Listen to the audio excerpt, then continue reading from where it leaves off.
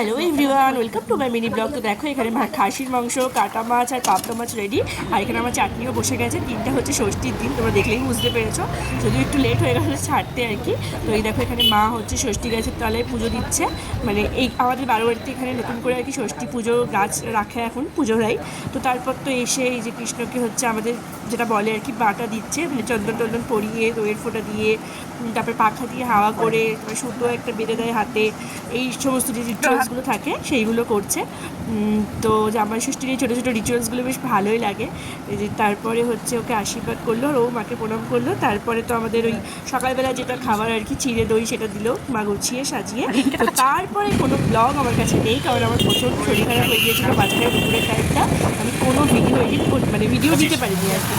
তো ওই জন্য দুপুরে খাবারের কোনো ভিডিও আমার কাছে ছিল না। তারপরে রাত্রিবেলা একটু মিষ্টি আনতে হতো, তো সেই জন্য আমি মিষ্টি আনতে বেরিয়েছিলাম।